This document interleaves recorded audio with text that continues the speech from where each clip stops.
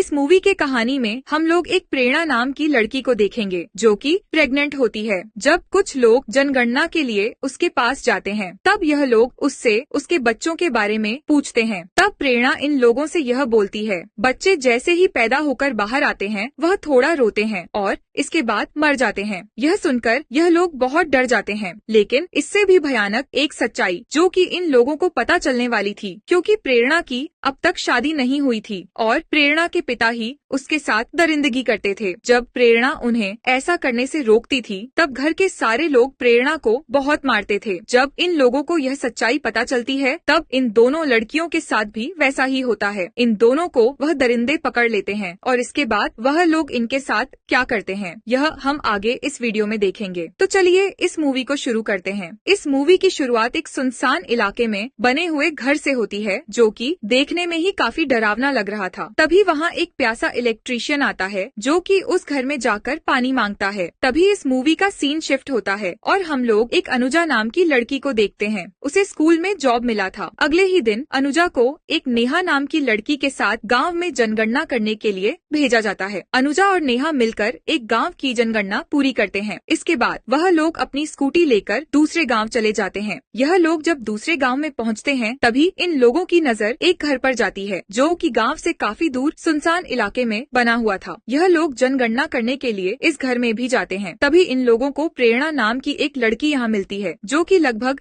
इन्हीं की उम्र की थी। देखने में प्रेरणा की हालात काफी बुरी लग रही थी। वह लोग यहाँ देखते हैं प्रेरणा प्रेग्नेंट है। प्रेरणा को प्रेग्नेंट देखकर अनुजा उसके बच्चे के बारे में पूछती है, लेकिन प्रेरणा का जवाब सुनकर वह लोग बहुत दंग रह जाते हैं। प्रेरणा का कहना था उसका बच्चा ही नहीं, क्योंकि बच्चे पैदा होकर बाहर आते हैं और थोड़ी देर रोते हैं और फिर मर जाते हैं। प्रेरणा की ऐसी बातें अनुजा और नेहा को काफी अजीब लगती है। प्रेरणा के अलावा इस घर में 3 लोग और थे। एक लीला नाम की बूढ़ी औरत थी, इनका नौकर भोला और इसके अलावा एक इंसान और था। लेकिन प्रेरणा इन लोगों को यह क्लियर नहीं बताती है कि वह इंसान प्रेरणा का क्या लगता है, लेकिन अनुजा उसे शख्स को प्रेरणा का पति मानकर अपने रिकॉर्ड में लिख लेती है और इसके बाद यह लोग यहाँ से चले जाते हैं। लेकिन अनुजा को वहाँ कुछ ठीक नहीं लगता है और यह लोग सोचती है शायद प्रेरणा का पति उसे बहुत मारता होगा और इसलिए अगले ही दिन अनुजा फिर से नेहा को उस घर में जाने के लिए बोलती है और वह कहती है हमें उस घर में जाना चाहिए ताकि हम उस घर की सच्चाई जान सके। लेकिन नेहा उस घर से डरने लगी थी, इसलिए वह वहाँ जाने से मना करती है। लेकिन अनुजा के जिद करने पर नेहा जाने के लिए मान जाती है। यह लोग बिना किसी को बताए उस घर में जाते हैं। यहाँ आने के बाद इस बार इन लोगों को प्रेरणा का पति मिलता है जिसका नाम घनश्याम था। यहाँ इन लोगों को यह बात पता चलती है। यह लोग यहाँ 20 सालों से रह रहे हैं और घनश्याम ने 5 सालों के लिए मौन व्रत भी रखा हुआ है, जिनमें से 3 साल पूरे हो चुके हैं और 2 साल अभी बाकी हैं। यह सुनकर अनुजा और नेहा को इस घर के लोग बहुत अजीब लगते हैं और साथ ही साथ यह घर भी बहुत डरावना था। अनुजा और नेहा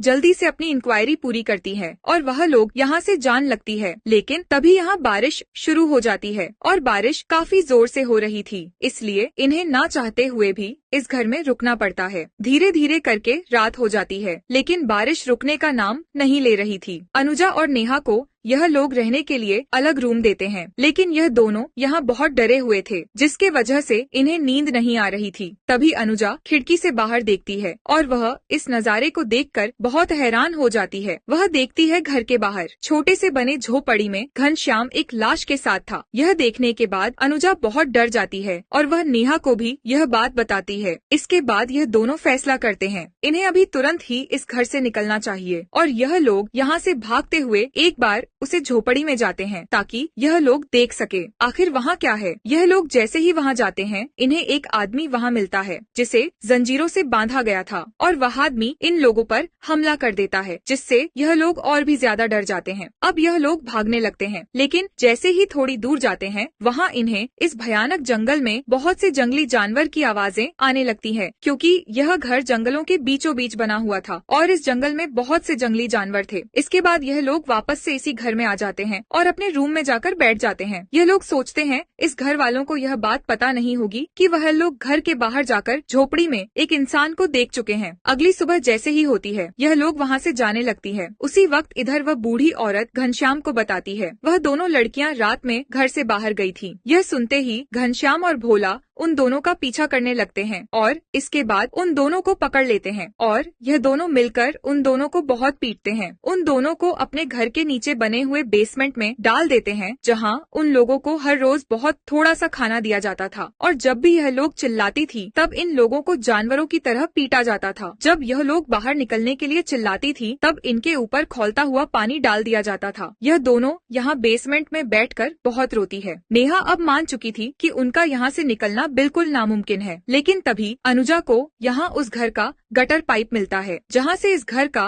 गंदा पानी निकलता था। इसके बाद यह लोग इस पाइप से बाहर निकलते हैं और वह लोग यहाँ से भागने से पहले फिर से उसे झोपड़ी में जाते हैं, जहाँ इन लोगों ने उसे बंधे हुए आदमी को देखा था। यह आदमी कोई और नहीं, वही प्यासा इलेक्ट्रीशियन था जिसे हमने मूवी के शुरुआत में देखा था, जो कि इस घर में सिर्फ पानी मांगने के लिए आया था। और वह इलेक्ट्रीशियन इन दोनों को बताता है उसने इस घर में एक बच्चे के रोने की आवाज सुनी थी, जिसके बाद इन दरिंदों ने उसे यहाँ कैद कर दिया। इससे पहले कि यह लोग यहाँ से निकल पाते, नेहा का भाई उसे ढूंढता हुआ यहाँ तक पहुँच जाता है। वह घनश्याम के नौकर से नेहा के बारे में पूछता है। वह लोग बताते हैं ऐसी कोई भी लड़की यहाँ नहीं आई है। जब नेहा का भाई जाने लगता है तभी वह यहाँ गिरा हुआ एक की रिंग देखता है, जिसे देखने के बाद वह समझ जाता है यह तो उसकी बहन नेहा का है।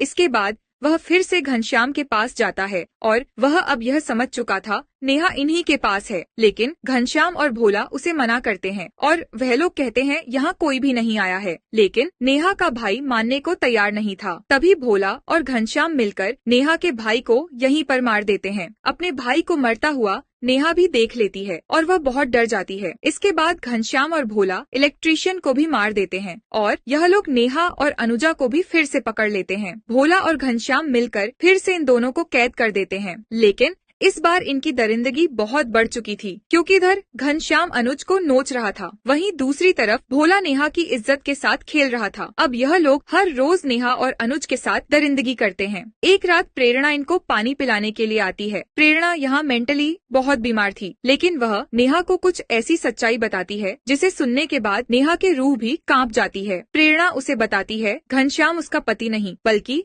पिता है और वह उसे बहुत मारता है और घनश्याम ने ही उसकी माँ को भी मार दिया था। और वह बताती है पापा मेरे साथ रोज दरिंदगी करते हैं और प्रेरणा के पेट में जो बच्चा है वह घनश्याम का ही है। और जब भी प्रेरणा बच्चे को जन्म देती थी भोला और घनश्याम मिलकर बच्चे को मार देते थे। इधर अनुजा भागने की कोशिश करती है और वह ऊपर से कूद जाती है। वह घनश्याम और भोला से बहुत गुस्सा थी। वह इन लोगों से बदला लेना चाहती थी, इसलिए वह इनके भैंस वाले झोपड़ी को जला देती है। जब घनश्याम और बाकी लोग जलता हुआ झोपड़ा देखते हैं तब भोला चाकू लेकर अनुजा को मारने के लिए जाता है। वह अनुजा का पीछा करते हुए जंगल में बहुत दूर निकल जाता है। यहाँ इन दोनों की फाइट होती है, लेकिन अंत में अनुजा भोला को मार देती है। वहीं दूसरी तरफ हम लोग प्रेरणा को देखते हैं, जो कि यहाँ से निकलने में नेहा की मदद कर रही थी और नेहा यहाँ से निकलते हुए बाहर अनुजा के साथ जाकर मिलती है। लेकिन अनुजा का बदला अभी पूरा नहीं हुआ था। अब वह घनश्याम को भी मारना चाहती थी जिसने उसके साथ दरिंदगी की थी। साथ ही साथ उसने अपनी बेटी को भी नहीं छोड़ा था। इसके बाद अनुजा फिर से इस घर में जाती है। यहाँ अनुजा घनश्याम को ढूंढती है। दोनों की लड़ाई इस घर के छत पर होती है। इन दोनों की काफी लंबी फाइट होने के बाद अनुजा घनश्याम को भी मार देती है। इधर घनश्याम की माँ लीला नेहा को मारने वाली थी, लेकिन नेहा भी उसी पर हमला कर देती है और वह उस बुढ़िया को मार डालती है। जिसके बाद यह लोग उस घर से बाहर आती हैं और यह लोग एक जगह पर बैठ जाती है। इन्होंने तीनों दरिंदों को मारकर प्रेरणा को भी उनसे आजादी दी थी, क्योंकि घनश्याम की माँ भी जानती थी